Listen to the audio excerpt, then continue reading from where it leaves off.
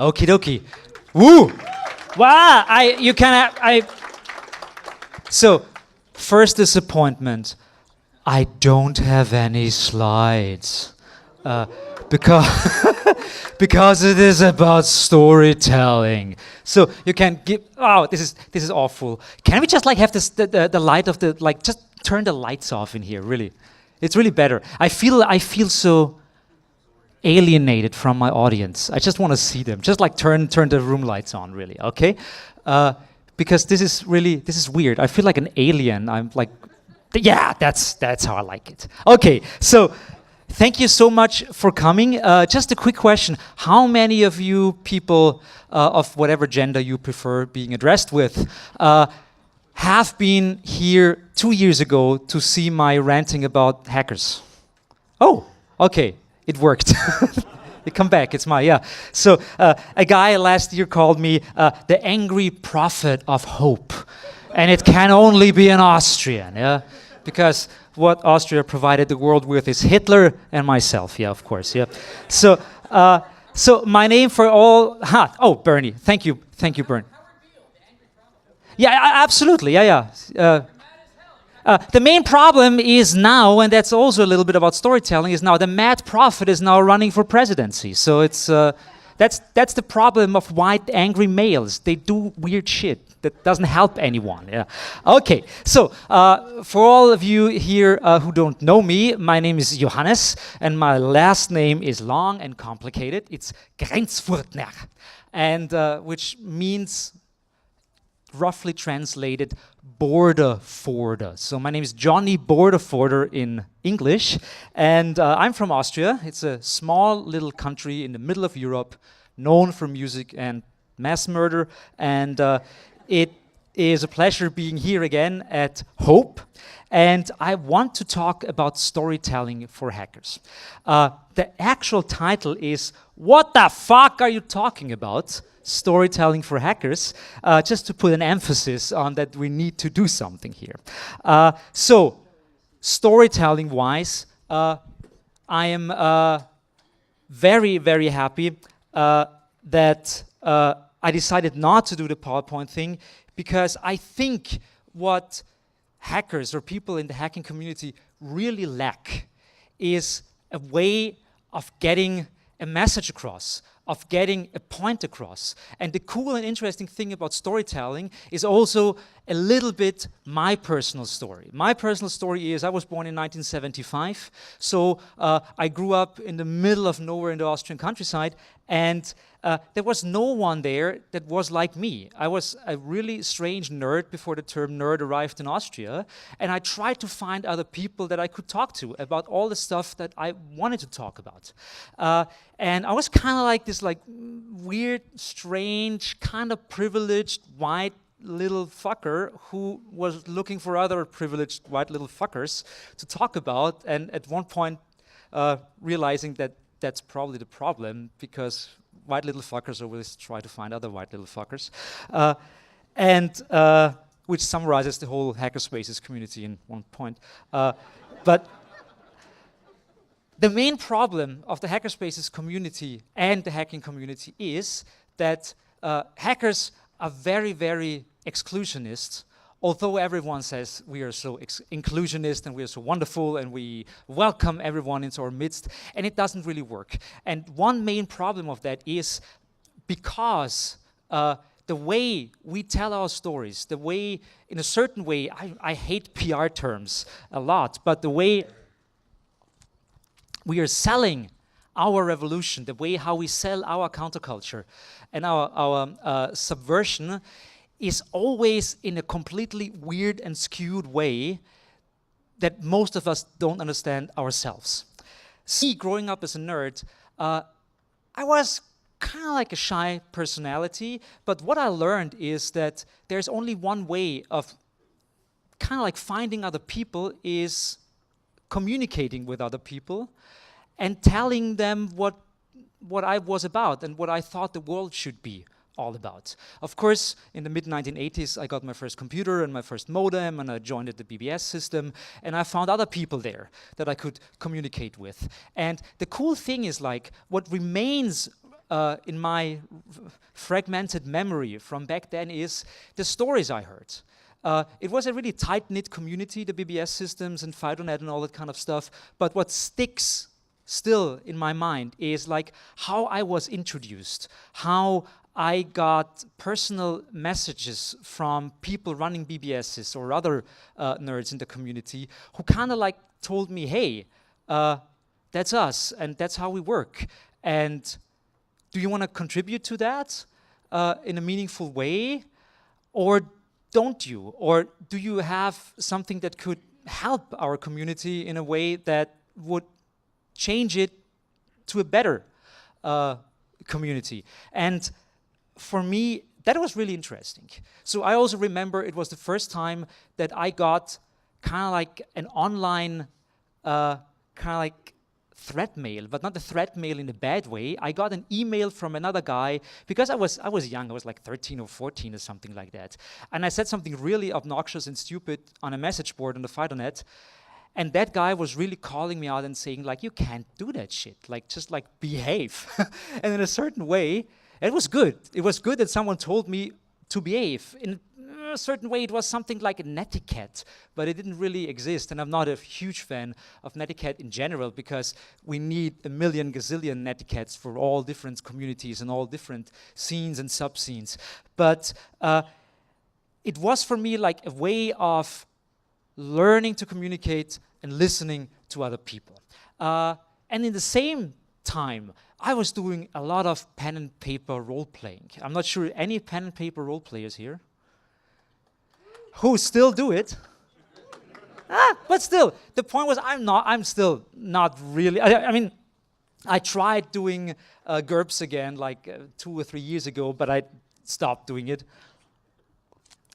But the cool thing about role-playing is, and doing it with your friends, is you learn this like really interesting skill of telling a story, listening to a story, reacting to the story, and it's a discourse, it's a dialogue. And of course, most of that discourse is about killing orcs or something like that, so it's kind of like a low-level discourse.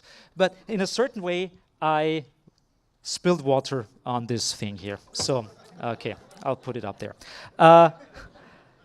So, role-playing gave me a tool, so to speak, of kind of like emphasizing and trying and writing down stories and trying to find what's the essence of a story and what do you really want to communicate.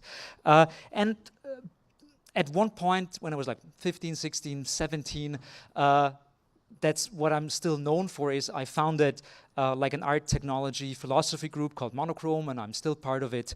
And the basic idea of Monochrome still nowadays is finding the perfect weapon of mass distribution of an idea. So sometimes it could be a musical, sometimes it could be a computer program or a robot, sometimes it could be, I don't know, a computer game or a novel or a piece of street theater. It does not matter what medium you use, you always are telling a story. And the story is the key and the essence of what you're doing, especially as myself in a political activist way, because the main problem nowadays is nobody wants to listen anymore because everyone thinks like they already know everything anyways. So how can you reach people out there? How can you spread viral information? How can you tell stories to an audience that doesn't want to listen to you anymore? So political work, and for me, hacking is political work. Doesn't work in the same way as in the 70s or in the 80s. You can't go onto the street and distribute leaflets and say, here's a leaflet, read it, and now go form a union. That doesn't work like that anymore.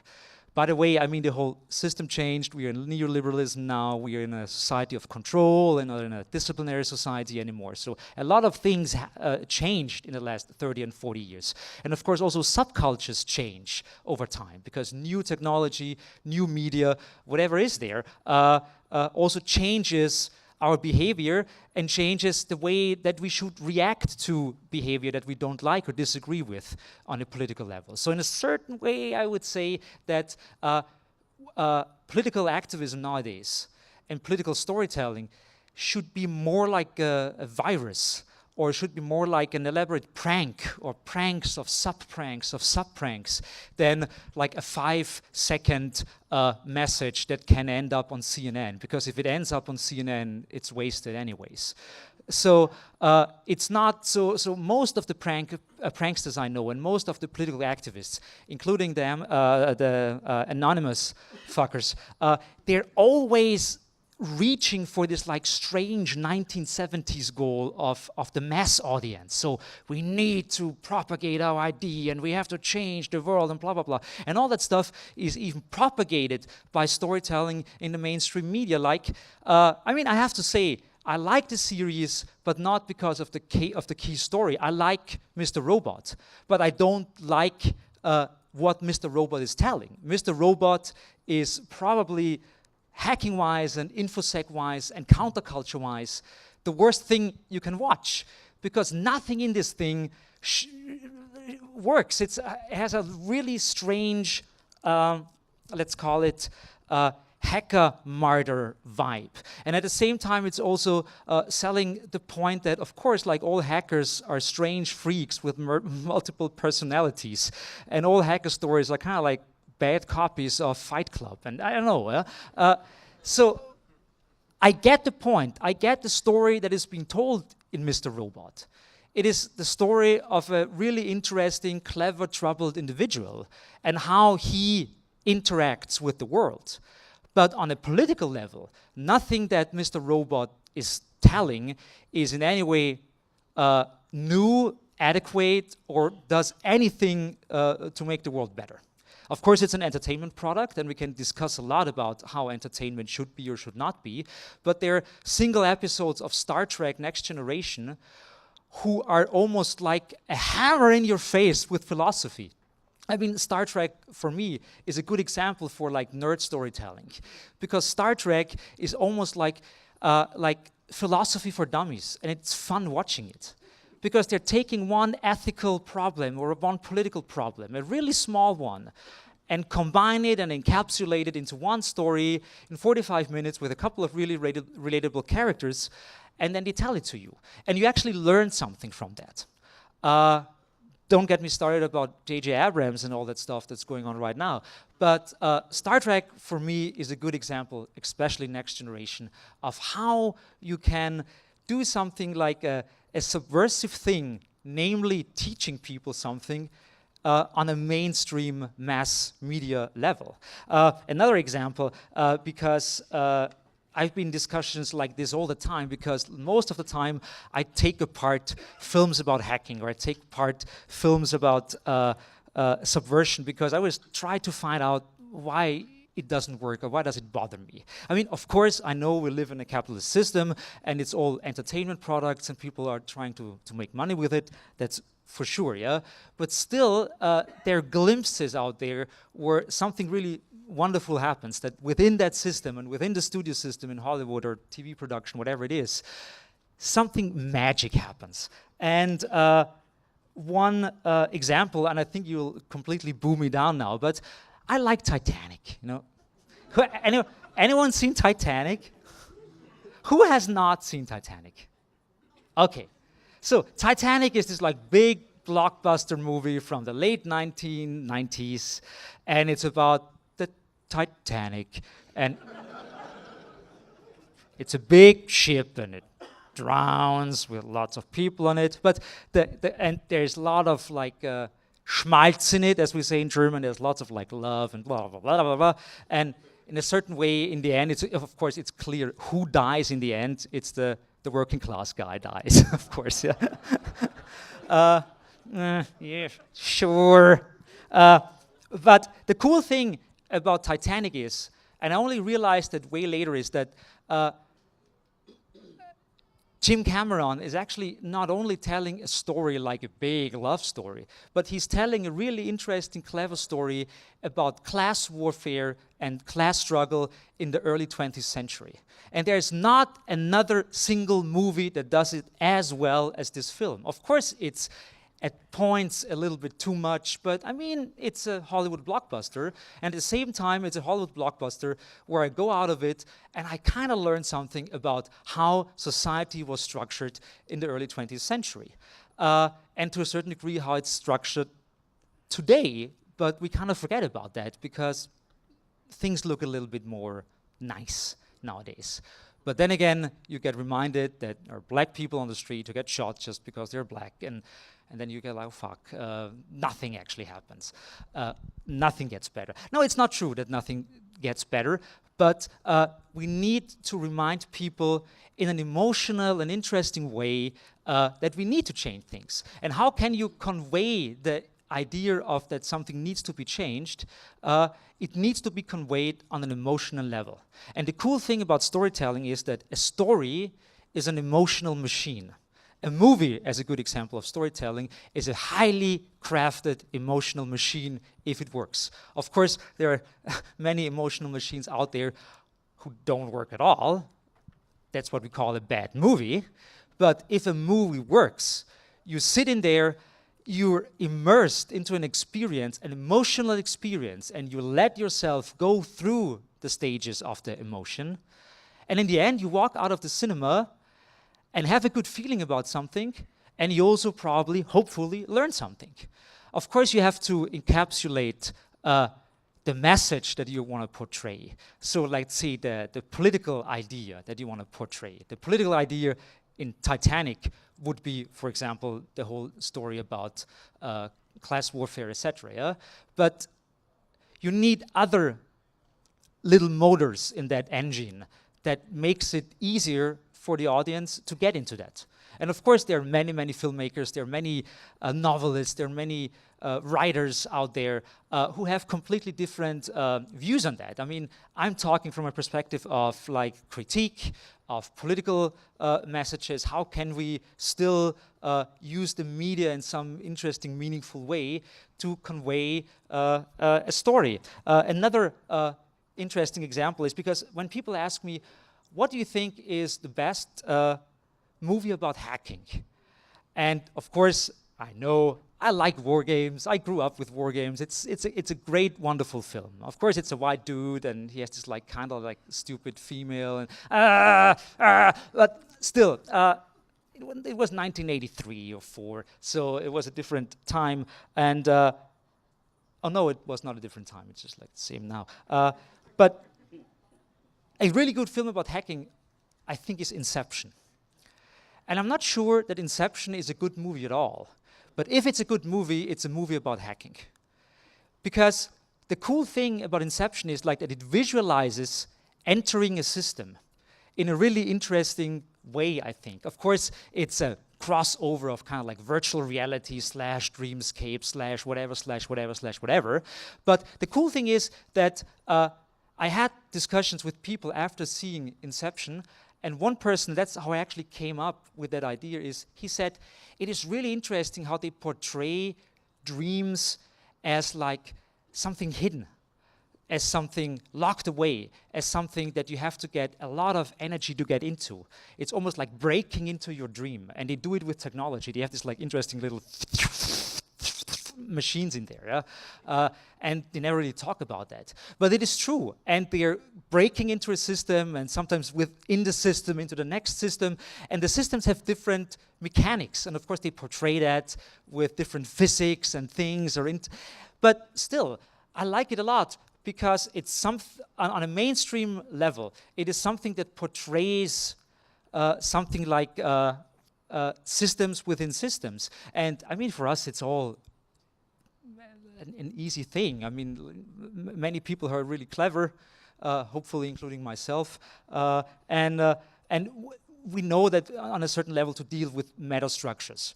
But I mean, you cannot give it for granted that people out there who go shop at Walmart and then go and see a movie have ever thought about meta structures or systems within systems or something like that. No. There is the wonderful thing about storytelling is like that you can weigh complex ideas, and they might not even be on an intellectual level, but they might capture something that gives people an out view, like a new idea of having like experienced something in a story, in a book, in a film, wherever it is, that they have not experienced before.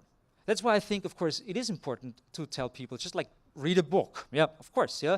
But I mean, how can you convey people reading a book? And so that's my whole idea of like the weapons of mass distribution of an idea is like sometimes you have to make it easy for people. You have to get people where they don't think that they might be educated, where they might get something that they're not expecting. And that could be, of course, a prank on the street or a street theater or something. So there's this like great quote by Chairman Mao. I'm not a fan of Chairman Mao, but Chairman Mao at one point said that Mickey Mouse, like Disney, is a sugar-coated bullet. It's like, you know, of course he's referring to like cultural imperialism and how Disney makes it easier for you to swallow reactionary agenda and digest it. Because most of the Disney films out there are portraying enormously reactionary storylines about, you know, princesses and but people feel entertained about it. They like it. And the cool thing about being influenced by something that emotionally touches you is you don't even realize what's going on. You don't even realize that you have been infiltrated by an idea. And I think we should use that core ideal, this like core essence of like trying to be in the way that we convey our stories in a more emotional and interesting way. So what I wrote in this little pamphlet I wrote about the talk today is, for fuck's sakes, hackers are bad storytellers, misunderstood by the media. I'm not even talking about the mainstream press, ripped apart by their own peers, often incomprehensive and boring. Why? The story is that I think that we have to step back. I know it's really important to have insider fights about what fucking Linux distribution you're using. But that's not the point. It is not the point. Of course it's the point. I know that we all like that. We all have our insider debates about this Linux or whatever, or like being a Star Trek or Star Wars fan. I know, we all like that. We're all nerds. I get it, okay? But at one point, you have to step out of this. You have to embrace people. You can't scare them away by saying like, oh, I don't like the joke on your shirt because that is not a joke about the right Linux distribution. I don't like you. No. I mean, if you can't even like have a conversation like adult people at a hacker conversation, at a hacker conference, where should we get with our ideas of a political movement? And I'm not getting into the debate of a political movement in the sense of like, I know we have many, many people down there. We have people who would consider themselves like anarchists, most of them are actually libertarians, but or leftists, or whatever it is, yeah? But I mean, that is not the point I'm making here. I'm not doing a political speech in a way of like that I want to indoctrinate you with new Marxism or something like that. But consider that you have an agenda, and I think you all have an agenda. There's something that you want to change about the world, because that's why people do hacking, and that's why people come to hacker conferences, to meet their peer, to meet community, to exchange, to learn something, yeah? Even if it's watching another 2 hours of Ram Bam, yeah? Ram Bam! You're coming here because you want to do something. And you can only do something really is if you think about how you communicate what you are doing to other people. And I'm even talking about stuff like, does your mother understand what you're doing? And I know it's the worst question I can ask, yeah? But that's the point. I mean, we have the problem of that, or I say like annoyance that Trump and that stuff is happening, I know, yeah? But the problem is that politics nowadays works only on an emotional level. It only works fear-based. You can get into like with a Republican into a debate, and I'm trying that. I like trolling Republicans, especially as an Austrian leftist. I like to do that, yeah? because most of the time I'm just having a conversation with them, and at one point their conversation completely, or their reactions disintegrate, and they switch into this mode of like, and it's not that they're doing this, but but they get paralyzed at one point. They get paralyzed because they don't want to talk anymore. It's almost like they're shutting off. And you can only get beyond that point if, to a certain degree, you embrace them. And if you think how they are thinking, talk to them on their level. Think how their internal story works. And only if you understand their internal story, you can then introduce them to your internal story. It's, of course, like this whole bullshit about the clash of civilizations and blah, blah, blah, all that stuff, yeah? Yeah, I mean, we have that clash of civilizations between people all the time. I have an idea of the world, let's see, it's neo-Marxist, and you have an idea of the world, and that's anarchist, or whatever it is, yeah? The stuff is not that far apart, to certain degrees, but you can only really understand the other person. And that's almost like a therapeutical remark I'm doing, yeah? Attacking someone never changes anyone. Attacking just causes the root problem of like a system is shutting down. And that's not what you want to do. Well, I mean, the basic idea of social engineering is like being friendly. So, and to a certain degree, storytelling is also social engineering. And if you want to be a master of that craft, of course you have to practice it a lot. And I like to do that. I like to go into bars and just like chat with people and tell them stories. Sometimes I make up completely weird stories. I have 13 Facebook accounts. One of my Facebook accounts is like a 16-year-old white Aryan supremacist daughter from Montana. and I'm of course not, I'm not even my dear wife, Anna, who is in the audience, who really took my weird last name. I still can't believe that. Also, she doesn't know who that character is, because I kind of want to keep them apart in a way that I don't want anyone interfering with that character, because if I have one like from someone who should not be in her posse, then it completely destroys that little narration that I was creating. So storytelling is not only about writing a novella or something like that. It's also creating a character, for example, on Facebook and playing it and trying to think like what problem does a 16 or 15-year-old white Aryan supremacist in the middle of nowhere in Montana have? And what music is she? And is she upset about that Prussian blue are now hippies and that kind of stuff? You know, like, and I'm trying to play with that. And I think that playing with characters, storytelling is always about characters, is trying to be another person. And trying to be another person, at least in your mind, is also a step in understanding other people better, I think. Of course, it's also important about how what words you use. And there's like one old joke I'm always making is the main problem about global warming is that global warming sounds too nice. That's a storytelling problem. If you call that global warming, people think, yeah, it's nice, it's warm. Who likes it cold, you know? It's global. Global is a nice term. Warm is a nice term. It's nice, yeah. And of course, I mean, we're talking about like 90% of the population who are not scientists, who are not interested in anything. They just hear a term. And the person who came up with the idea of calling it global warming should be shot. Because it really, I think, caused massive problems for decades to come, yeah? Another, they should have called it something like atmosphere cancer, and we wouldn't have a problem in the global debate anymore, yeah? But that's another example of storytelling. Like even a word is a story. And you send it on the way, and then it gets its own wings and destroys things.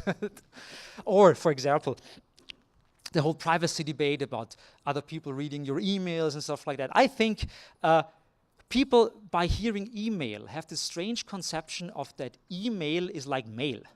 and mail is protected. You know, you cannot open your mail. It's illegal that you open your mail. You know, of another person, you open the mail. If you would have called it an e-postcard from the beginning, people would use email probably in a different way because they know, oh, it's a postcard, it's open.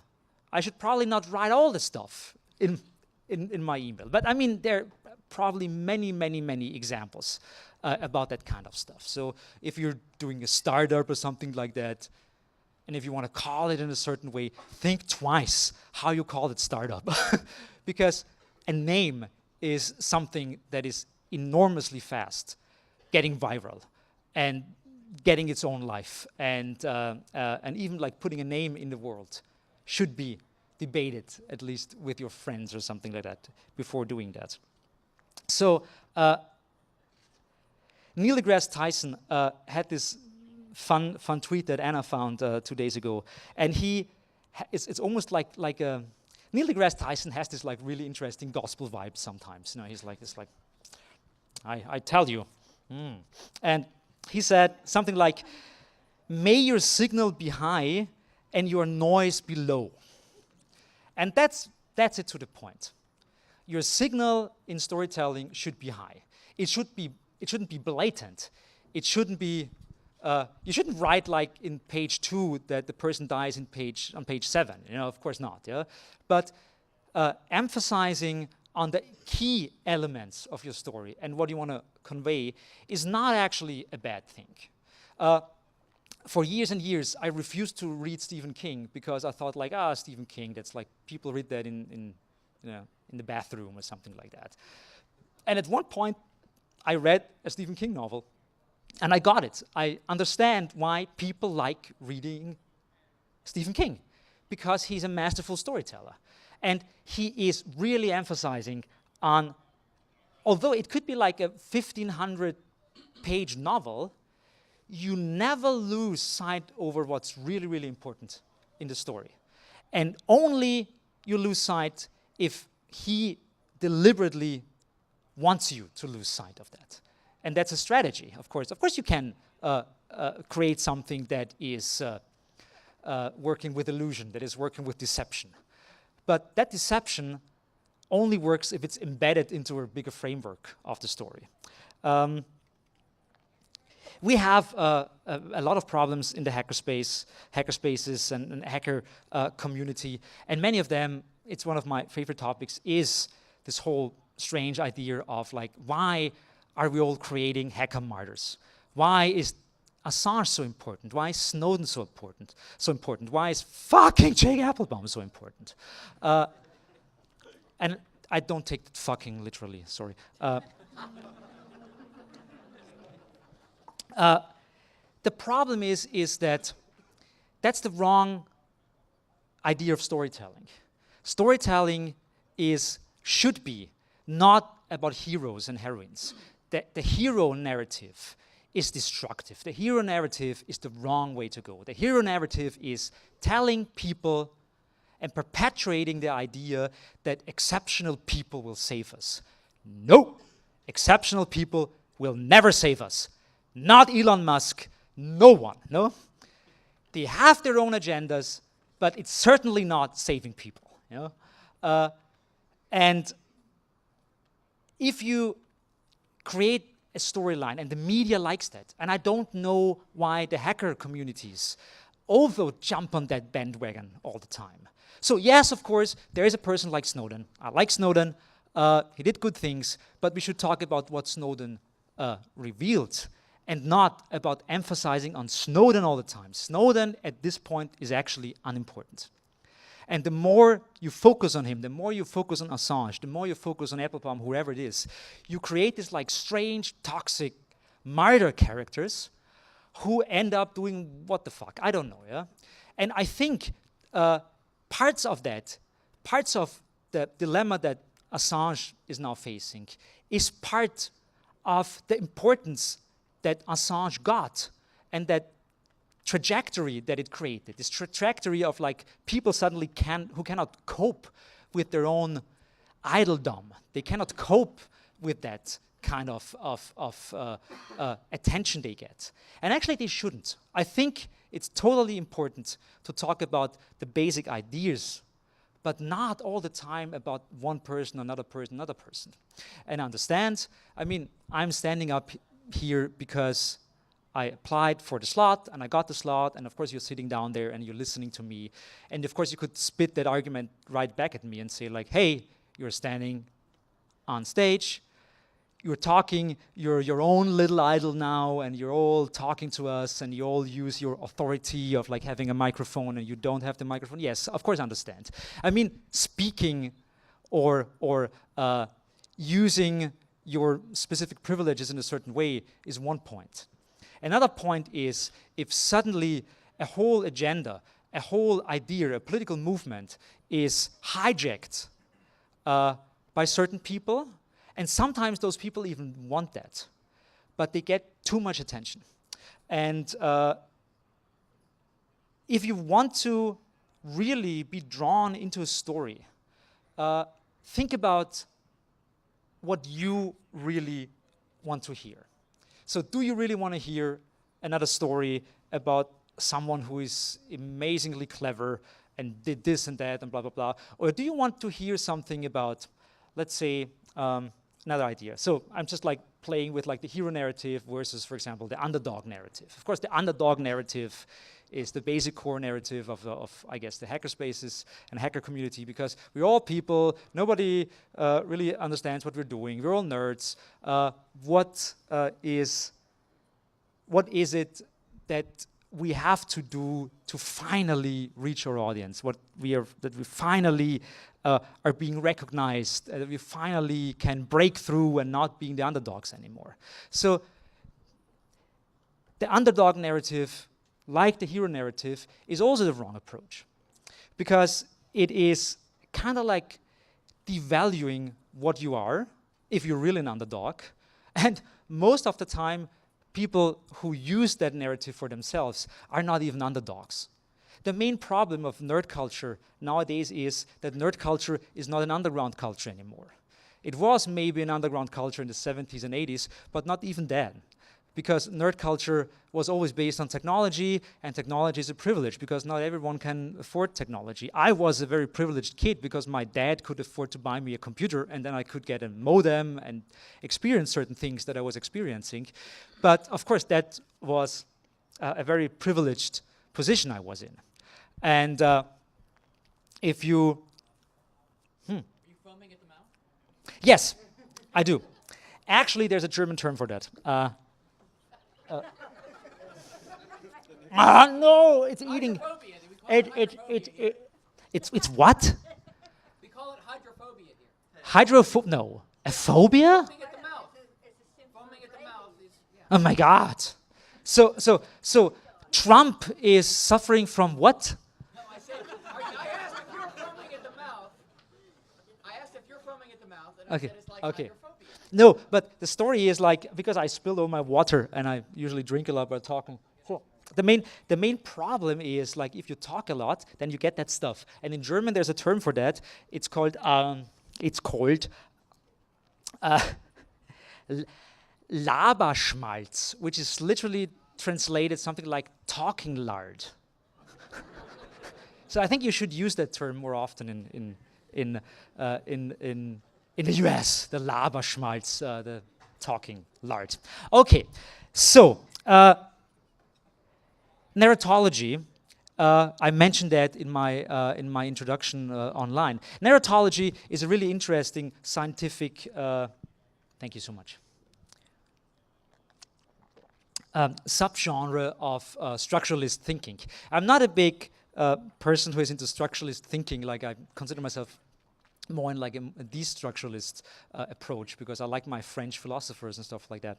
But the idea of narratology is that there are certain ways of telling stories that are kind of interesting to observe in different cultures and different zones on the planet. And for example, the whole idea of the hero narrative or the hero's journey that Campbell kind of like analyzed in the 20th century is one of these things. I think that most of that stuff is actually bullshit. And I think we need a new approach to narratology, because narratology tells us stuff like there is a right way of telling telling a film or telling a book, and you know all this stuff about like the 3-act movie and stuff like that. I think that nowadays with new media, with new ways of storytelling, this is not necessarily true anymore. And I think if you, for example, learning to screenwrite, there are certain structures you use. There's this one book, it's called Save the Cat. Has anyone heard about Save the Cat? Yeah. Save the Cat is almost like a formulaic approach to how to write a movie. And if you watch a movie nowadays, like a mainstream blockbuster movie, you can immediately, if you have read that book, or if you have read like a 2-page summary of Save the Cat, you can immediately pinpoint, okay, it's 45 minutes in, the second break. Oh, that is the Dark Night of the Soul. I get it. You have the Dark Night of the Soul now, yeah? And they're really using that almost frame on the frame in mainstream movies. That's why you go and see a movie and you strangely always have the feeling that you're watching the same movie again and again and again. And that's because they use, of course, I mean, there's a difference between a horror movie and a rom-com or something like that. But from the emotional arc that they're using in those films, that's pretty much like Save the Cat right there. The book is, by the way, called Save the Cat, because one of the tricks of this like screenwriting tutor is that you have to make a character in the beginning of the film, you have to make that character sympathetic. So you, like the audience has to like a character. And one trick, for example, could be that although that is not really important for the storyline, the person, the main character, could at one point in the first 10 minutes pet a cat. And suddenly the audience knows, oh, that person is nice, that person is petting a cat. And they're using like ideas like that to trick you into that. That's why I was referring to the whole thing of like the emotional machine. But I mean, I'm still completely true about that. I think that movies are emotional machines. I think that movies are constructed, and also books are very much constructed. But I think there is way more leeway. There is way more things they can actually do and try out with it. And of course, and that's why I'm talking to you and not other people at other conventions, is I think that we have together as a community talk about what's important that we want to convey in the hackerspaces or hacker community. So first of all, we have to find interesting narrations, and we have to find interesting things about our community centers, hackerspaces, makerspaces, however you want to call them. Because most of the time, the problem of a hackerspace is the problem that it's sold with the completely different, with a completely wrong and a not correct way. So how can you bring people into hackerspaces? The main problem is people get into hackerspaces and they don't feel at home. And they don't feel at home because they are not part of the community anymore. And the community is, I have to remind you, is also a way of telling a story together. We're telling a story about what we think that we are and what we think that we should be. And if that story is 35-year-old white dads want to hang out with their 6-year-old boy kids and tinker around, that's a completely different story about a space than telling a story about a space that is from its core idea completely different. That is from its core idea more subversive, or it is not as defined or not as family friendly, whatever it is. I mean, the term family friendly by itself is so weird. What does that mean? What is a family? A family itself is a narration that we are being presented with. And that narration, of course, and I even agree with some of that, but it's part of a cultural grammar that we're just accepting. The cultural grammar is like the normative way of things, is that stuff that's happening all the time are getting denser and denser and denser and harder to change, because people are used to certain ways of doing things, and the more people do that, the more people think that's normal, and suddenly we have the cultural grammar of a space or the cultural grammar of a society. And we have to change that grammar.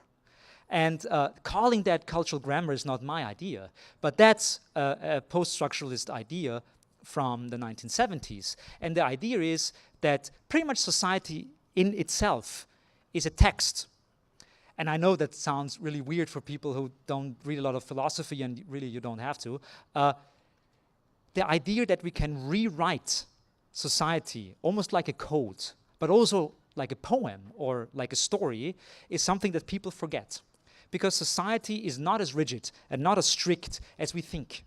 Society is more like a jellyfish. And because so many people believe that it's a jellyfish, it suddenly is a jellyfish, and suddenly it's this like concrete jellyfish.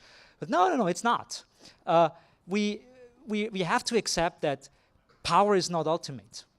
There is always an end to power. There is an end to the power of Trump. There is an end to the power of myself. There is an end to the power of whatever it is. And the way to talk about that kind of stuff, and the way to use, in a certain way, code, be it legal code, be it like something like Creative Commons, I would say, is an interesting example of trying to change society with playing with legal codes, trying to change society with other codes, technological codes I would call them, is another story. Trying to change society with narrative codes or selling stories in a different way is another way. But I think they're all interrelated. And it's a way to, let's say, find the perfect thing that you want to work on. And I'm pretty sure like everyone in here has a different agenda because you just have different interests. But that interest that you really want to get forward, I don't really believe in a soul or something like that, but something that you really want to pour your heart in, your soul in, yeah? Try to find out what that is. Then try to find out why that is. Because it's your own story. It's the stuff that you make up. We are, like humans are three things. We're a sexual species, we're a tool-using species, and we are a storytelling species. And that's pretty much it. The way how we present ourselves, the way that I present myself to other people is through verbal communication and text communication. That's how I present what I think my story is to other people and connect it to their story. Understanding and hacking what you think you are yourself is a first step, I think, in the right direction of understanding how other stories work and why other stories are so strange for you, and why you don't get other people, and why. But try it. I think it's interesting, fun mind games. Yeah, I think I have like another 5 minutes. I did a lot of talking. Any questions? Yep. Thank you. So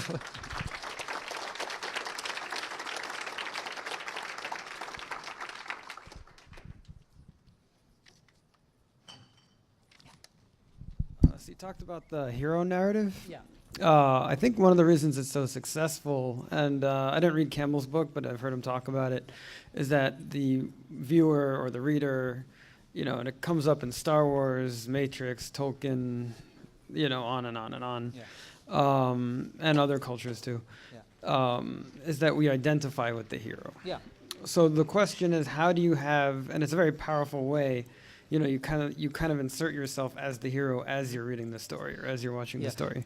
But I think there's a difference between the hero narrative of that person is the one person who generates the change and saves the planet, let's speak in such a way, let's put it in such a way, yeah?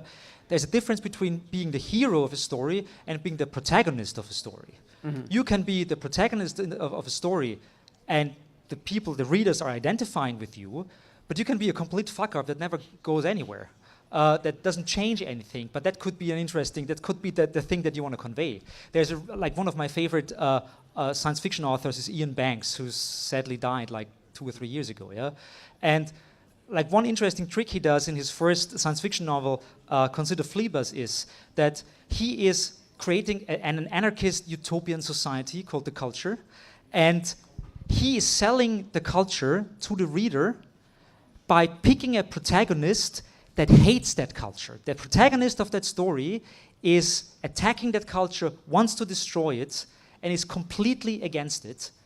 And he uses that trick of having the protagonist being against the thing that the author, as a political view, is actually trying to convey. So the author wants the culture to be the thing that you like at the end of the story, of the book, and you like it. But the protagonist hates it.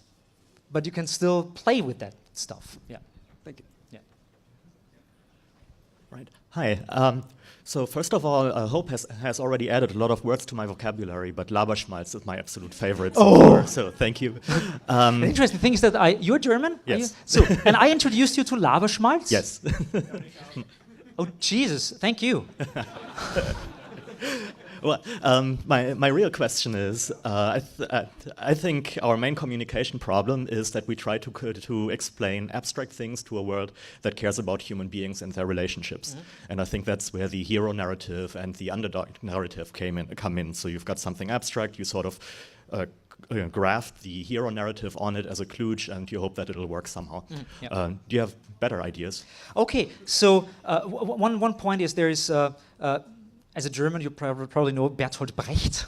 Anyone who does not know Brecht, but Brecht is a pretty cool guy, dead in the meantime. So Bertolt Brecht said a wonderful thing in the 1930s, an image of a Krupp plant. So Krupp was one of the fuckers behind the Second World War, because they were like defense contractors, as we would say nowadays, and they were supporting Hitler because they were thinking a war would be beneficial for them. So, but Krupp was one of these defense contractors. So, and Bertolt Brecht said, an image of a Krupp plant does not explain how the company of Krupp is actually working. So, of course, you always have to take something as abstract as worker degradation or something like that, or the problems of the working class, whatever it is. It's all incredibly abstract problems, yeah? And you have to find something in there so you have the cool thing about stories is you can take an enormously abstract situation and make an interesting narrative out of that. I mean, a good example is like Tron. I mean, Tron is kind of abstract, you know? Of course, it's a hero narrative and all stuff. I'm just saying, yeah? We can change that. But I think that especially if you're talking about science, if you're talking about technological problems, about hacking problems, there are so clever ways to deal with that. It's just like it takes more thinking, because it's really something that is very specific about what you want to talk. I mean, I don't know. If you want to portray Ruby on Rails as something that is actually worth learning, I don't know how to do that. But I think every problem has a solution. I'm almost sure about that. Has a story that is somewhere. Yeah, you have to find it. It also depends on what you want to convey. Really, it's the abstraction problem is, I think, the least problem of storytelling. I think it is. Yeah. All right. Thank you. I'm sorry if I couldn't help anymore. Out? No. Okay. I'm very sorry. But if you want, we can chat outside a little bit. Thank you.